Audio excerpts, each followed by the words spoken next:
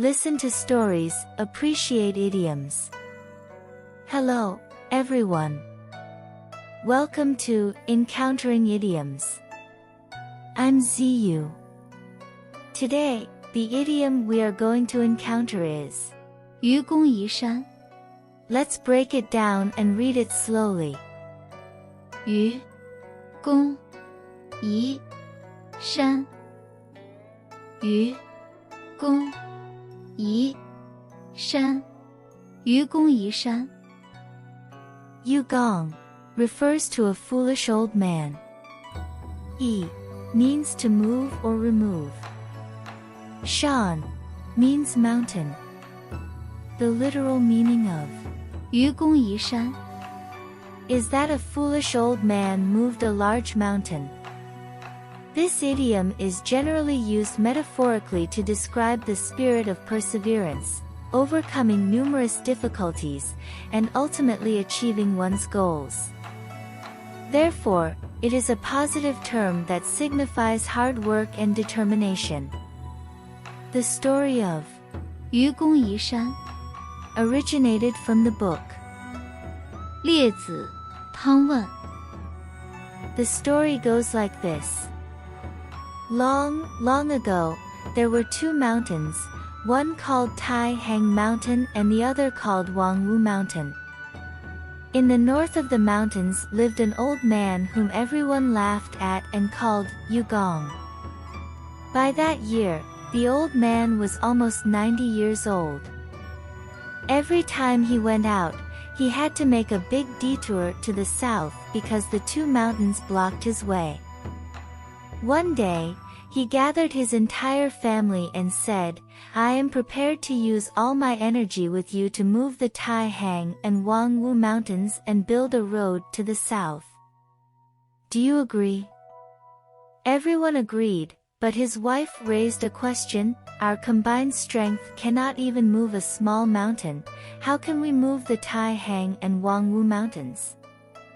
Besides, where will we put the soil and stones we dig up? They discussed and decided to throw the soil and stones into the sea to the east or the farthest place to the north. Early the next morning, the old man, his son, and his grandsons began to dig the mountain. Although they couldn't dig much every day, they persevered and worked hard day and night, only returning home once a day. A wise old man, known as Ji So, wise elder, learned about this and came to advise the old man, saying, You are not smart enough to think this through. How can you, with your limited energy, level two mountains? The old man replied, You are too stubborn and can't be convinced. Even if I can't dig the mountains, my son can. If my son can't do it, my grandsons can. My grandsons will have children, and their children will have children. Our descendants will never stop, but the mountains will not grow any higher. Why can't we level them? After saying this, the old man continued to dig with his family. The gods in the mountains saw the old man and his family working hard every day and were deeply moved, so they used their divine power to help them move the two mountains away. From then on, there were no longer any high mountains blocking the way. In this story, the old man achieved his goal through perseverance. Although the wise elders said the old man was not very smart, his perseverance is something we can learn from. There is also such a story. Once upon a time, there was a wealthy merchant who accumulated a lot of wealth through many years of business. Later, he returned to his hometown and lived a wealthy life. He had many friends, and people would visit him and give him gifts every day. One day, a young man came to his villa and asked for his help. The young man told the merchant that his family was very poor and unable to pay his tuition, so he was about to be expelled from school. He begged the merchant to give him some money so that he could continue his studies. However, the merchant did not listen to the young man's request but instead ridiculed him.